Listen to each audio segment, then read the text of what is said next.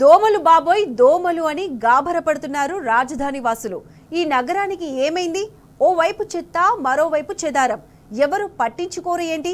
ఇంత కంపును మౌనంగా ఎందుకు భరించాలి అని జనం నసుక్కుంటున్నారు. మరోవైపు బహిరంగ ప్రదేశాల్లో చెత్త పారవేయడం నిషిద్ధం. అతిక్రమణకు తప్పదు భారీ మూల్యం.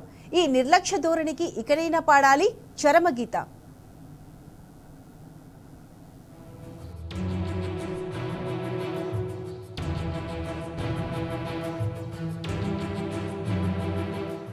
అగరబత్తీలు రెండు రకాలు. ఒకటి దేవుడి కోసం, మరొకటి దోమల కోసమని లోకోక్తి. కానీ ఎన్ని అగరబత్తీలు అంటించినా ఆ దేవుడు రాడు, ఈ దోమలు పోవు.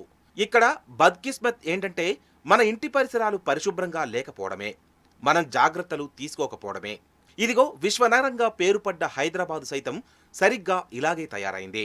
రాజధానిలో రోజురోజుకి దోమల బెడద ఎక్కువవుతోంది. నడిళ్ల మధ్య చెత్త పేరుకుపోవడమే ఇందుకు హేతువన్నది ఆరోపణ. ఎన్ని మహమ్మారులు విరుచుకుపడ్డా రోడ్ల మీద చెత్త విసిరేసే జనం నైజం మారకపోతే, పురపాలికలు పట్టించుకోకపోతే మార్పు రావడం కష్టం. అటు అధికారుల బాధ్యతారాహిత్యం, ఇటు ప్రజల నిర్లక్ష్యం వెరసి భాగ్యనగరం ఒక మురికి కూపంలా తయారవుతోంది. తద్వారా అనేక పర్యావరణ సమస్యలు సైతం సమాజంపై ముసురుతున్నాయి. అనేక వ్యాధులు ప్రబలి జనం రకరకాల రోగాల బారిన పడుతున్నారు. చర్మ వ్యాధులు, దమ్ము, దగ్గు, ఆస్తమా లాంటివి స్వైర విహారం చేస్తున్నాయి. లంగ్ ఇన్ఫెక్షన్స్ ప్రబలుతున్నాయి. దీంతో రాజధాని వాసులు బెంబేలెత్తిపోతున్నారు. ఇకనైనా అధికారులు చర్యలు తీసుకోకపోతే ఉపేక్షించమని వార్నింగ్ ఇస్తున్నారు. ఇక్కడైతే నీళ్ళైతే బోర్ నీళ్ళైతే ఈ పచ్చగా వస్తాయి. తాగడానికి పనికిరావు, పోసుకోవడానికి పనికిరావు, వాడుకోవడానికి పనికిరావు. కాకపోతే ఈ మధ్యలో నల్లలు వచ్చినాయి. నల్ల నీళ్ళు వాడుకుంటున్నాం, అవి కూడా ఫిల్టర్ చేసే తాగుతున్నాం. దోమలు కూడా బాగున్నాయి. మేము చెప్పేది చెబుతున్నాము, వాళ్ళు చేసేది చెబుతున్నారు, వాళ్ళు చెప్పేది చెబుతున్నారు. అంతేగాని ఒక్కళ్ళు ఎవళ్ళు వచ్చి కూడా ఇక్కడ దోమలు అయితే భయంకరంగా ఉన్నాయి. ఇక్కడ దోమలు అయితే భయంకరంగా ఉన్నాయి. దోమలు అయితే అసలు 5 అయితే చాలు, బయట తిరగలేవు. వాసన వస్తున్నాయి, బాగా వాసన తీసుకుంటలేరు. చేస్తాం పోండి మీరు అనే అంటమే కానీ చేయట్లా. సార్ మాకు నీళ్ళ ప్రాబ్లం అయితే చాలా ఉంది. మాకు నీళ్ళు అసలు ఏమీ రావట్లేదు. మేము ట్యాంకులో వండుకోవాలి. ఈ నీళ్ళు అయితే ఈ పరిస్థితి ఉంది మాకు. ఇది ఎప్పటికీ పోదు. ఆ డంప్యాడ్ ఆ గుట్ట తీస్తా కానీ పోదు. మాకు దోమల బాధ. ఈ నీళ్ళు అయితే మొత్తం ఇదే బాధ సార్. మొత్తం మీరు చూడండి, గేట్లు ఖరాబు, ఏం చేస్తే అంత నాశనం తప్ప ఏమి ఉండట్లేదు. సార్ మొత్తం దురద పెడుతుంది. మేము ఇట్లా నీళ్ళు మేము వాడడానికి ఒంటి దురద. బండ్లు కొడితే బండ్లు ఖరాబ్ అవుతున్నాయి, గేట్లు ఖరాబ్ అవుతున్నాయి. అసలు ఎందుకు వాడడానికి లేవు నీళ్ళు. ఓన్లీ డ్రైనేజ్ అంటే వాడికి వస్తా అంతే. ఇచ్చాను సార్ ఎమ్మెల్యే సార్ మేము 2 సార్లు చెప్పాము. మిగతా మన నందకిషోర్ ఉండే మున్సిపల్ కమిషనర్ ఉండే జేసీ ఆయనకు ముందు పోయి చూపించాము. నీళ్ళు అందరికీ తెలుసు సార్ ఈ ప్రాబ్లం ఉంది. ఒళ్ళంతా దుర్దలు వస్తుంది సార్. దోమలు ఎక్కువ, స్మెల్ వర్షం పడితే స్మెల్ వస్తుంది. అది ఎవరు సమాధానం చెప్పట్లేదు మాకు. ఒక గుట్ట తీసే సార్, మాకు వేరే ఏ బాధ లేదు. ఒక గుట్ట తీస్తే ఈ నీళ్ళు పోతాయి కాబట్టి మేము మంచిగా బతకగలుగుతాం అంతే. షిఫ్ట్ అయితే చేసింది కానీ లోపల నుండి మొత్తం అండర్ గ్రౌండ్ అయితే మొత్తం ఇట్లా అయిపోయింది సార్. మొత్తం నీళ్ళు బంద్ అయిపోయింది కానీ మొత్తం ఉన్నక వాసన అవ్వట్లేదు. దోమల బాధ. ఈ నీళ్ళు అయితే ఇట్లా వస్తుంది. మీరు ఓన్లీ ఆ డంప్యాడ్ తీసేసి సార్ అంతే సార్. మాకు వేరే ఏమీ వద్దు. ఆ గుట్ట తీసేసి ఆ చెత్త గుట్ట మొత్తం తీసి సరిపోతుంది. ఆరోగ్య సమస్యలు ఉన్నాయి, హెల్తులు బాగాలేవు, చిన్నపిల్లలకి హెల్తులు బాగాలేవు. దోమల వల్ల అందరికీ రోగాలు వస్తున్నాయి. చాలా ఇబ్బంది పడుతున్నాం. ఆ డంప్ గుట్టలు అనేది పేరుకుపోయింది. బాగా పేరుకుపోయి అండర్ గ్రౌండ్ వాటర్ బాగా పొల్యూట్ అయిపోయింది. అసలు స్వచ్ఛమైన గాలి, స్వచ్ఛమైన నీరు అనే కాన్సెప్ట్ అనేది పబ్లిక్లో లేకుండా అయిపోయింది. ఇప్పుడున్న మేము ఎప్పటి నుంచో కూడా దాన్ని కూడా తీసేయాలని చెప్పి మేము మన అడిషనల్ కలెక్టర్ ప్రతిమా సింగ్ గారికి కూడా రిక్వెస్ట్ పెట్టుకున్నాము. వాళ్ళు కూడా పొల్యూషన్ బోర్డుకు రాశారు. పొల్యూషన్ బోర్డు డిపార్ట్మెంట్ వాళ్ళు వచ్చి మొత్తం ఎంక్వైరీ చేసి ఇది ఇక్కడ ఉండకూడదు, వీళ్ళని తొందరగా తీయండి అని చెప్పి వాళ్ళు రిపోర్ట్ ఇచ్చారు అడిషనల్ కలెక్టర్ గారికి. అది కలెక్టర్ గారు మళ్ళీ కమిషనర్ గారికి ఇచ్చి, కమిషనర్ గారు CDMAలో ఫైల్ ఉంది. ఇప్పుడు వీళ్ళని తొందరగా దీన్ని తీసేయాలని వాళ్ళు కూడా సంకల్పంగా ఉన్నారు. బట్ బడ్జెట్ కారణంగానో మరి ఏ ఇతర కారణాల వల్ల ఇంకా డిలే అవుతుంది. దీనివల్ల సమస్యలు చాలా రోజుకి దోమలు, విపరీతమైన దోమలు. కానీ ఆ నీళ్ళు అయితే అసలు మనము దేని కూడా వాడడానికి కూడా పనికిరావు. ఎంత తొందరగా దీన్ని తీసేస్తే అంత బాగుంటుందని పబ్లిక్ అందరం కూడా కోరుకుంటున్నాం. మేమందరం కూడా 100% స్క్రీన్లో అసలు టచ్ చేయడానికి కూడా ఎవరు ఇష్టపడరు. ఇక్కడ ఆ నీళ్ళే వాడడం. మేము టోటల్ HMWS ట్యాంకర్లపైనే డిపెండ్ అయి ఉంటాం. HMWS వాళ్ళు ఇచ్చే నీళ్ళపైనే డిపెండెన్సీ. ఆ నీళ్ళు కూడా 4 రోజులకు 5 రోజులకు ఒకసారి వస్తున్నాయి.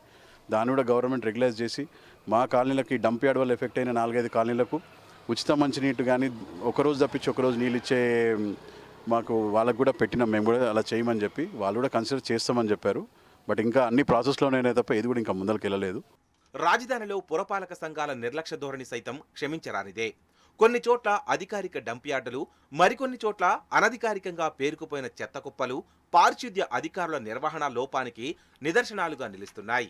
సఫాయి చర్యలు లేక రోజుల తరబడి ఎక్కడ వేసిన చెత్త అక్కడే నిల్వ ఉంటోంది. తడి చెత్త, పొడి చెత్తలు కలగలిసిన ఈ మిశ్రమం కుళ్ళిపోయి ముక్కుపుటాలు అదిరే దుర్వాసన వెదజల్లడమే కాకుండా దోమల పుట్టుకకు సైతం అలవాటుగా మారుతోంది. ఫలితంగా చీకటి పడిందే తడవు జనావాసాలపైకి దోమల దండు దాడి చేస్తోంది. దోమకాటు వల్ల dengue, malaria, chikungunya, yellow fever లాంటి వ్యాధులు సోకుతున్నాయి. డంప్ ఎప్పుడు ఆపేసామండి, చాలా రోజులైంది ఆపేసి. డంప్ చేయట్లేదు ఇప్పుడు ఏమీ. ఇక్కడ జీరో స్మెల్ అనేది కూడా ఏమీ రాదు. గవర్నమెంట్ నుంచే వచ్చిన ఇన్స్ట్రక్షన్స్. వాళ్ళు కూడా అది మామూలుగా ఆర్గానిక్ గురించి వెళ్తున్నారు ప్రతిదీని, కెమికల్స్ అవి వాడట్లేదు ఎక్కడని. కానీ ప్రజెంట్ ఉన్న ఈ మా దాంట్లో ఇది 40 సంవత్సరాల క్రితం మగ్గిపోయిన డంప్ యార్డ్ కనుక ఇక్కడ ఏ విధమైన స్మెల్ కానీ అది కానీ ఏమి ఉండదు. మీ ఎటువంటి మున్సిపల్ వేస్ట్ కానీ మున్సిపల్ చెత్త కానీ ఏమీ తీసుకోవట్లేదు, రానివ్వట్లేదు అసలు. 1 కేజీ కూడా రానివ్వట్లేదు అసలు. జనరల్గా డంప్ యార్డ్ ఇది వేళ కాదు, 30 సంవత్సరాల నుంచి ఉన్న డంప్ యార్డు. ఈ కట్టిన ఇల్లులన్నీ కూడా నిన్న ఒక 3, 4, 5, 10 సంవత్సరాల కింద కట్టినవి.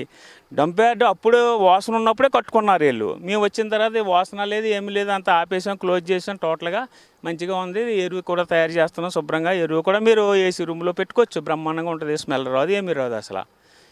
ఈ రోజు మీ అంతటా మీరే చూసి అబ్జర్వ్ చేయండి. జీరో స్మెల్, ఎక్కడ స్మెల్ అనేది ఉండదు అసలు. చెత్త వాహనాలు ఒక్కటి కూడా రాదు, అలౌ చేయం కూడా అసలు. కొలనుగులు ఆపేస్తారు, అసలు రానివ్వరు. డంపింగ్ అది అంతా కూడా జవహర్ నగర్, జియాగూడ, మళ్ళీ ట్యాంక్ బండ్ బిలో ట్రాన్స్ఫర్ పాయింట్లు ఉన్నాయి. ఆ పాయింట్లకు తీసుకెళ్తారు ఈ విలేజ్లు ఇవన్నీ కూడా.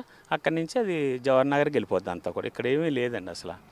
అధికారుల నిర్లక్ష్యం, తమ స్వీయ అజాగ్రత్తల వల్ల జనం నానా ఇబ్బందులు పడుతున్నారు. జాయింట్ యాక్షన్ కమిటీలుగా ఏర్పడి జంట నగరాలు, వాటి పరిసర ప్రాంతాల్లో అనేక చోట్ల స్థానికంగా ఉన్న డంప్ యార్డులను తొలగించాలని ప్రభుత్వాన్ని డిమాండ్ చేస్తున్నారు. తద్వారా కాలుష్యరహిత వాతావరణాన్ని కల్పించి స్వచ్ఛమైన గాలిని పీల్చే భాగ్యాన్ని ప్రసాదించాలని కోరుతున్నారు.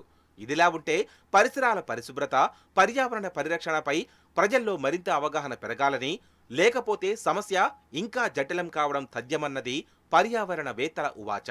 డంపింగ్ యార్డ్ ఇప్పటికే ఇక్కడ డంప్ చేయడం లేదని అధికారులు తెలుపుతున్నారు. కానీ ఇక్కడ ఉండే ఏదైతే కాలనీ వాసులు 5 కాలనీ వాసులు ఇప్పటికే తెలిపేది ఏంటంటే తక్షణమే ఇక్కడ ఈ డంప్ యార్డ్ తీసేయాలి. దీనివల్ల under ground registration water green colour రావడం జరుగుతుంది.